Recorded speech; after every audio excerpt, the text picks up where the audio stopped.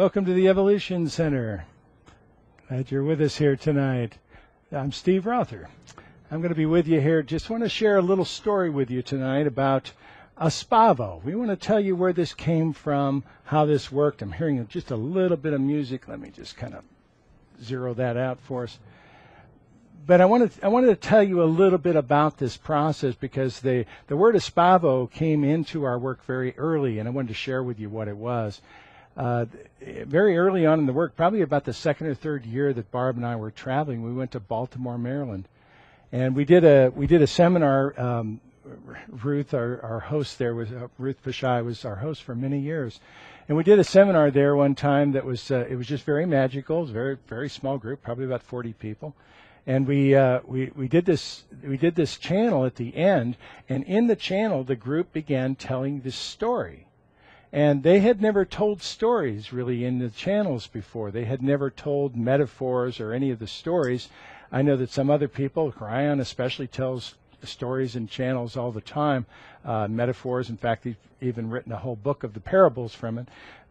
Several other channels do as well, but I had not up until that point. So it kind of took me strange. But they told this story, very beautiful story, about a gentleman by the name of Amour. Not amour spelled as in the French spelling of the word love, but amour, A-M-O-R. It doesn't really mean anything or relate to any other language. It's actually Lemurian. They had a whole cast of characters, and today I can't remember them all. They're still all captured, of course, on tape because we actually were using audio tape back in those days. And they've never really been transcribed, or well, several of them have been transcribed, but it would be very difficult to try to make that into a book. It would almost be like starting from scratch. But there was a very beautiful story, and Amour was a young boy. He was about 12 years old when the story picked up. His father was very high up in the government of Lemuria. And because of that, we got to kind of see what the government was like in Lemuria and some of the other pieces of it. It was a very beautiful story. They went on to talk about a whole bunch of other characters. Etu was one of them. I'll tell you a little story about him. Tiburon, who later befriended Amour, and several other people that really came into his life to help on his path. But at one point, he had to come in and do this tradition. It's very similar in the Jewish tradition. They have what we call bar mitzvahs or bat mitzvahs for girls. But in Lemuria, we used to have a very similar type of thing where we would take a step and make a conscious step into life. And that's actually what they called it. They called it the step into life. And we would make a commitment to take our place as a human, as a responsible adult in the whole thing. So it was very beautiful, and part of the ceremony, part of the tradition, because all of this was about tradition. And the interesting part is it was perfectly okay for Amour to alter the transition or to the tradition in any way, as it was with anybody. These were simply guidelines that had gone before quite successfully, but not the way things had to be, because there were no laws in Lemuria. And what took place was one of the traditions that had always gone on in Lemuria had been that you would always make a commitment on your day of your step, of your walk into life. You would make a commitment to one person who was older than you were to be their transition person. And you would actually make a verbal contract with them that if they got sick, if they looked like they were not doing well, that they would call you. And you would be the one that would come, and you would either be with them until they got better and went back to work, or you would be with them until they let go, until they passed. And it was a very sacred contract, a very honored thing for someone to hold your hands. We teach a lot about this in the transition team seminars that we do, the overlight series of the transition team seminars where we train people how not only to walk on both sides, but both transitions of birth and death. But literally when this took place, he could not find anybody to make that commitment with. So Amour was kind of stuck. He didn't know what to do, and pressure was building because the time was coming and the hall was rented and all these friends were notified and coming. So he finally just said, I'm going to have to pass on this part of it. I haven't heard back from certain people that I sent out messages to, and I'm just going to have to leave it alone and pass and not do this part of the tradition. And everyone honored him and said, that's fine, no problem. And what took place that day was he went to do his walk into life. And there were more than 1,000 people in the hall. So he's pretty petrified. I mean, he's a 13-year-old kid anyway. And, of course, we lived a lot longer than our lives. 13 years old was infancy in comparison because of the 300-year lifespan. But also because of that, there was a lot of traditions that we're trying to resurrect because they had an empowered society. It's the only time an empowered society ever existed on planet Earth. And it worked. It worked. It worked on small scale. It was never possible to really build into the rest of the world because of the things that happened in Lemuria, and we'll tell you about that another time, but probably in another one of these. But literally, it was a very transitional time. And Amor stood up there that day and did everything he could to walk and to take all of his responsibility and every other part of it.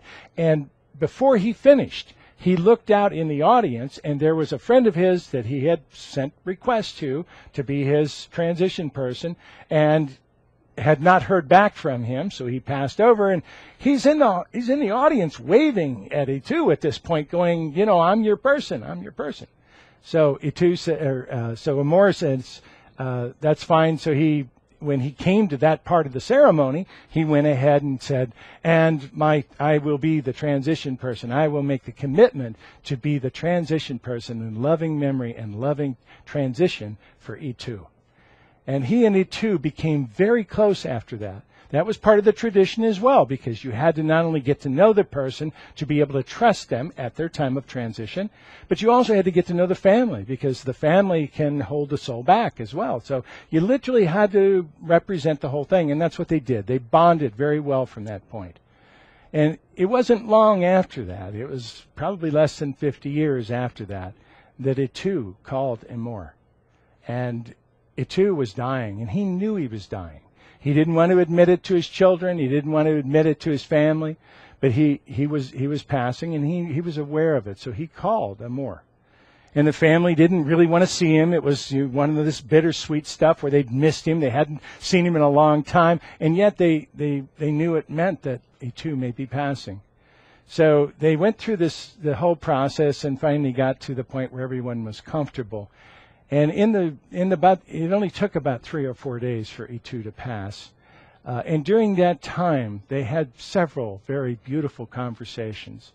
But in one of them, Itu said, Amor, I have a gift to give you. And he said, it's a beautiful gift, and it took a long time for it to be possible to be on this planet.